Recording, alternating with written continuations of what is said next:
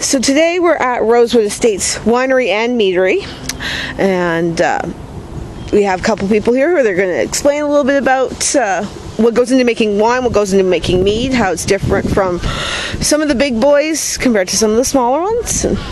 I'm Natalie.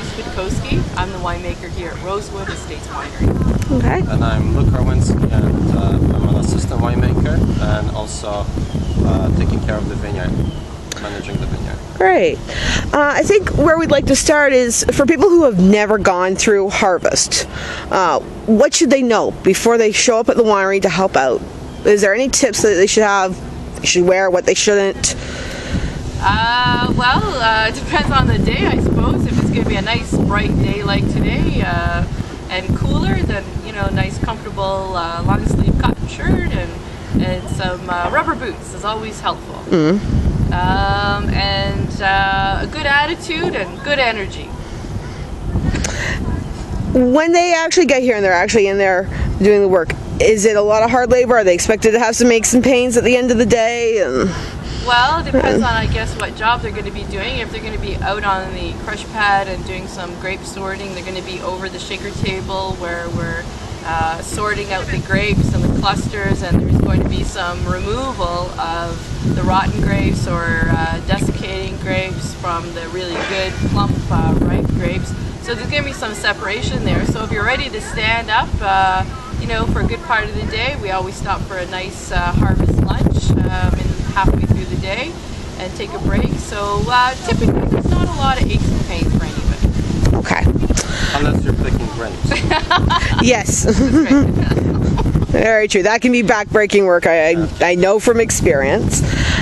In terms of the grapes themselves, is there some sort of order that you kind of go in? I mean, obviously Mother Nature does play a bit of a role in this, but is there like whites first, red second? Does it vary around? Every grape variety is different, and they ripen at different times of the year. So depending on the variety, like for example, Pinot Noir ripens way earlier than most of the grapes, grape varieties. So and when you look at Cabernet Franc on Merlot, is the last one of the last coming in. Okay. Yeah. So it depends. It can crisscross. Like the red can be harvested before the white grape variety, or it can be vice versa. Yeah, like Pinot Noir could be one of your first then if you have Usually that plant. One of the first. Chardonnay comes after, for example, Riesling variety that ripens way earlier than Chardonnay. Okay. In terms of the mead side of it, I'm not even sure if harvest is the right word here, but do you harvest the honey at the same time as you would be harvesting grapes, or is that a different time of the year? Or? There's typically two harvests for honey. It's usually August and another one at the beginning of September. So it typically happens before grape harvest. And then that honey is collected, the boxes are collected by Luke and of course, Eugene and William and the crew. We have a few extra, students that we've brought on board from Niagara College. So they are out there between August and September, the two different harvests, collecting the boxes, extracting the honey from the boxes. That honey is then put in reserve, and then I get the honey later on to make the mead. So there is no conflict between the two harvests, but it is something that is happening before grape harvest, and then I make the mead after grape harvest. So this year, it's just because of the summer that we had with the intense heat and not a whole lot of rain. Did harvest of the grapes start a little bit earlier for you? Earlier this year. It was definitely a hotter summer. There was a lot of days throughout the summer that were over 30 degrees, which was that part was really great. And it has definitely been a superior vintage for 2010, both whites and reds. And we're picking today is the Chardonnay, and that's going to be coming in at just almost 24 bricks, which is something that we're very happy with. It's going to go through a natural fermentation, which we're also very happy with. And then what we have left in the vineyard is Merlot and Cabernet Franc. And so those we're waiting for them to become a little bit richer and a little bit more enologically ripe. So throughout the whole summer, all of these berries have been gaining in this, enological ripeness and sweetness and complexity, and allowing, Mother Nature to take her course. And it really is just about time. So some varieties came off a little bit earlier than they might have in the past years, but for the most part, everything has been bang up, and we're really happy with the 2010 vintage overall. Okay. In terms of the 2010 vintage, a few years back we kept hearing that 2007 was going to be the vintage of the decade. Some people even said the century. How do those two vintages compare? Is this going to be better, about the same? Well, you never really know if it's going to be better or the same until later on, but every vintage has benefits to it. Whether it rains or not, it really is. Ontario is an interesting location to be growing grapes in that we try to grow several varieties that require different growing conditions, and some vintages are definitely better for whites and some are definitely better for reds. And for the most part, every vintage is a good vintage for different varieties. It's difficult to say whether 2010 will excel beyond the 2007 vintage. So I think we're, the jury is still out, but right now it's looking really good. Great. You mentioned earlier the Chardonnay is what we're picking off today. Yes. Will it be going straight into barrel? Will it be a barrel ferment? Will you ferment in stainless steel? What's the plan with it? It's going to be barrel fermented, and it will be done naturally. So those natural yeasts are found on the grapes, and we're pressing it off today. So what's happening is the juice is going to wash off the natural yeast off the berries. It's going to be put into the juice tray. That juice tray is then emptied out into the tank. So now that Chardonnay juice will have its own natural yeast, which we will help to encourage for it to ferment in barrel. So it's going to be done naturally. Something like the Chardonnay, when it's picked today, how long before you would be bottling that typically? Well, if we're picking today, it depends on the variety. The Chardonnay won't be bottled till probably next January, so that would be 2012, sorry. It's always a little ahead of time. And the Riesling and Rosé, Semillon, those types of varieties are often bottled the following vintage, so 2011, probably around April or May. So some of the varieties are bottled earlier, right before the summertime, and then other ones need to, like the Chardonnay, be in barrel, and it's extracting and it's evolving and aging and maturing and softening and pulling out all these great flavor profiles from the French oak barrels.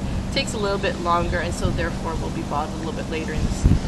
What about with red wines? Would they be typically as long as the Chardonnay, or maybe a little longer or shorter? It depends on the variety. Pinot Noir can be around the same time as a Chardonnay, and the Merlot and the Cab Franc a little bit longer. It also depends on the vintage as well. Yep. True. If it's a heavier vintage, then you might have to leave the wine in the barrels for longer. Okay. So it depends. In terms of making mead, what kind of a length from, when you said the honey is harvested in August and September, how long would that be until it's being bottled? It sort of follows the same portfolio prototype as the Chardonnay, so it's in that around 1 year time frame. The Harvest Gold and the Mead Royale have been in barrel for about 8 to 9 months, and then get bottled after that. However, the Mead Blanc, which is a Gewürztraminer base sweetened with honey and then fermented together, does not see oak, and that one will follow more the Riesling, where it's bottled around that March-April time frame. So again, it depends on the style of mead that we're making. And for instance, the Grand Reserve Ambrosia is around a 2 year time frame in oak. So that one again takes a lot more time and patience, and allows Mother Nature just to take her time and allow that wine to extract what it can from the seasoned oak barrels. The gentleman in the back there, whoever it is, I'm guessing that's a tractor back there, keeps throwing the yellow bins. Is he just setting up for like tomorrow or next week, or what exactly is he doing out there?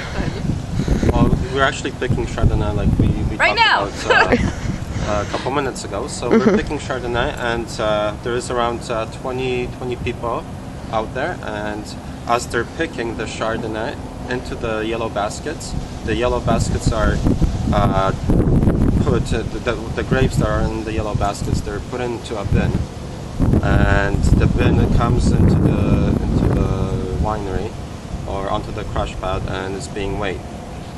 However, once the yellow baskets are emptied, they're being thrown to the next row for the pickers to start picking. Okay. You mentioned the workers are out there. Do you hire people in from other countries, or are these like Niagara College students that you mentioned, or is it a mix? Or do you just have people who volunteer? We do have a local vineyard crew company. Yes, who helps to do the picking and the sorting in the vineyard, and then those yellow baskets that you keep seeing thrown from row to row, those grapes are then going to be brought to the winery, and then we'll resort them to make sure that they're 100% clean of any rot or any other broken down berries and stuff. So that crew is a combination of local and international. Okay. I'm just going to check my notes, make sure I haven't missed a question here. I was thinking of asking. Oh yeah. How many acres do you guys have planted yourselves? How many would you be picking? 15 acres here on the Country Estate. 15 acres of grapes. It's a mixture of all kinds of grapes. So we have Pinot Noir, we have Riesling, we have Chardonnay, Cabernet Franc, Merlot, and also a unique grape variety which is Semillon. Okay. And we also have another property at 21st Street, which is around 15 kilometers from here, up in Jordan, or east of here, Jordan. And we have around 20 acres planted as of now. Okay. And there are also all kinds of different varieties, like Gewürztraminer, Sauvignon Blanc, also Pinot Noir, Merlot, Riesling. How long typically would it take to harvest everything that you're going to harvest in this time frame? Well, Obviously we have to account for the days that you can't with the rain and all of that, but Right. how many days would it? From the beginning to Yeah. well, it depends on the vintage, but I would say it's anything within a month and a half to 2 months, give or take. Okay. And then certain days off because of the rain and... There's days off outside, for example, because of the rain, but we will still work with the wine inside the Right. winery in the cellar. We'll rack the juice or we'll rack the wine. Okay. We'll start the fermentation process and all that. Okay. I think that is actually it. Thank you very much, Natalie and Lucas, for your time, and I hope that my readers and the viewers that are on my website will be able to get an insight into this, and maybe one of these days they'll actually want to come and harvest and see what it's actually like. Thanks. great. Thank Thank you.